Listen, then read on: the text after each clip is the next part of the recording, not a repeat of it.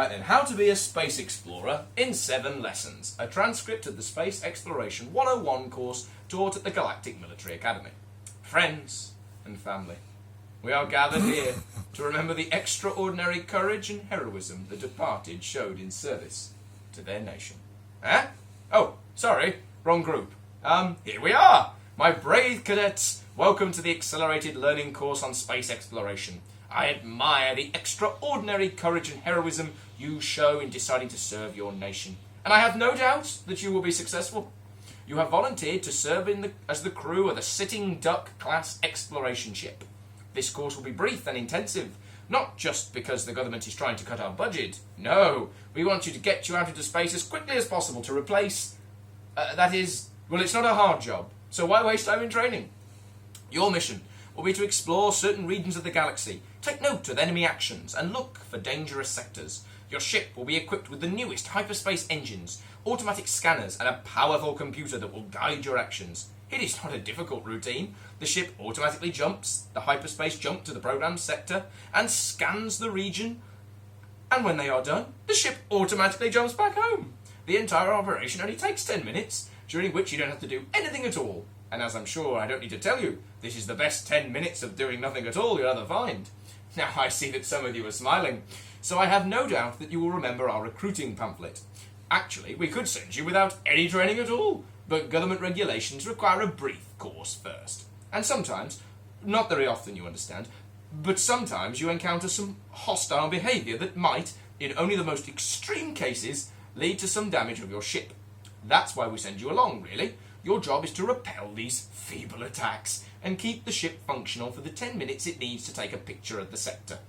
The computer automatically evaluates the position and intentions of the enemy, and the ship is equipped with powerful shields, several laser cannons, self-guided rockets, squads of battle bots, and other defensive systems, so it won't be a problem to deal with any problem that may arise. And I am also pleased to tell you that those of you who do encounter the enemy will receive a handsome bonus if you return. When you return, I mean. I certainly have no doubt that... Anyway, sorry, it's a bit stuffy in here. We'll take a short break now because I'm due to speak at a ceremony for the previous crew. Right, so there's loads of... Oh, hang on, there we go. Lesson 1, your ship and your crew. I'm glad to see you all present again. I'll admit that I was a bit disappointed that the security guards had to remind some of you that you had already signed the contract, and I hope the next time we take a break, there will be no more attempts to leave the campus.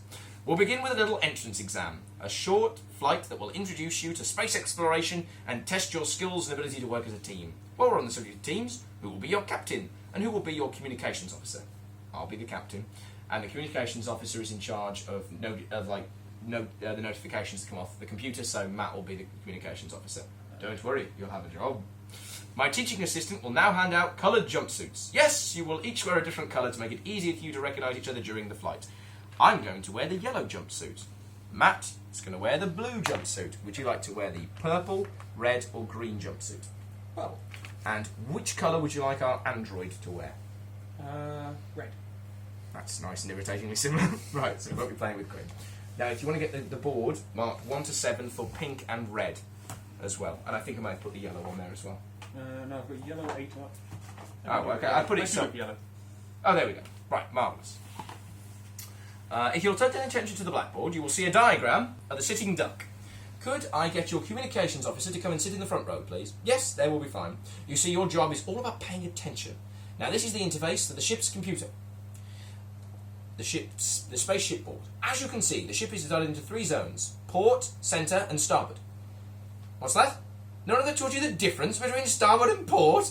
Well, don't worry. To help you recognise which zones of the ship they are illuminated by different coloured lights. The port zone is in red, the central zone is in white, and the starboard zone is in blue. To avoid any confusion between left and right, we'll refer to these as the red, white, and blue zones. The ship has 2 decks, upper and lower. Each zone has a grav lift connecting the upper and lower stations, and the stations are connected by doors on both decks. Thus, the 6 stations of the ship can be denoted as follows: upper red, upper white, lower white, upper blue, and lower blue. Shipboard systems. Each station has 3 systems labelled A, B, and C.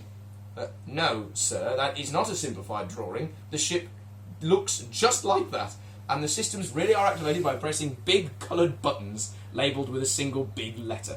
You'll be grateful for this simplification when the time comes. Weapons systems are labelled A. The upper deck has 3 heavy laser cannons, 1 in each zone. The lateral stations of the lower deck have light laser cannons. They are weaker, but they have their own power source, so they don't use power from the reactor. And the lower central station has an all-purpose pulse cannon. Energy systems are labelled B. The upper deck has energy shields, 1 for each part of the ship. The lower deck has reactors. Each zone of the ship has its own reactor, and all systems, heavy cannons and shields, take their energy from the reactor in their own zone. The lateral reactors take energy from the central reactor, which consumes fuel capsules. What? You think that sounds too complicated? We're just getting started! Very well. We'll cover the systems labelled C in a later lecture, so you won't need to worry about how to use them on your test run. Initial state of the ship. When you emerge from hyperspace, your ship will always look like... Where are you people? Where's the pink? There it blows, and there's the blue. So when you emerge from hyperspace, your ship will look like this. So there's 3 energy in the main reactor. There's 3 fuel capsules waiting to be consumed. There is 2 energy in each of the lateral reactors. And there's 1 energy on each of the shields. Boom, boom, boom. Dum, dum, dum. You will all be on the bridge. Reactors and shields will be partially charged, and the central reactor will have 3 fuel capsules in reserve. The numbers in the green squares indicate the maximum capacity of the shields and reactors. But you don't need to worry about that right now. What's that?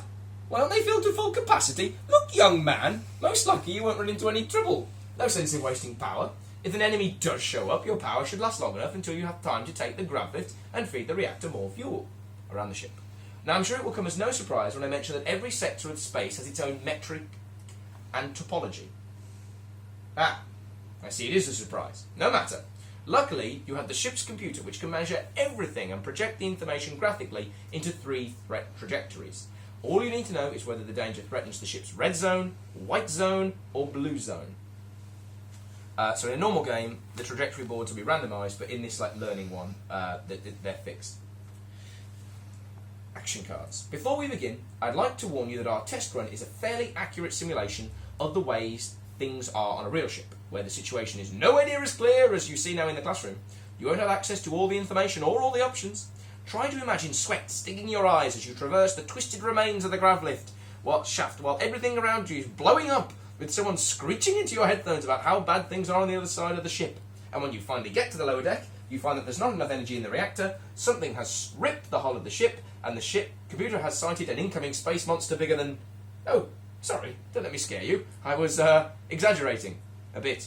My point is just that things will be somewhat chaotic. Right, do you want to pause there then?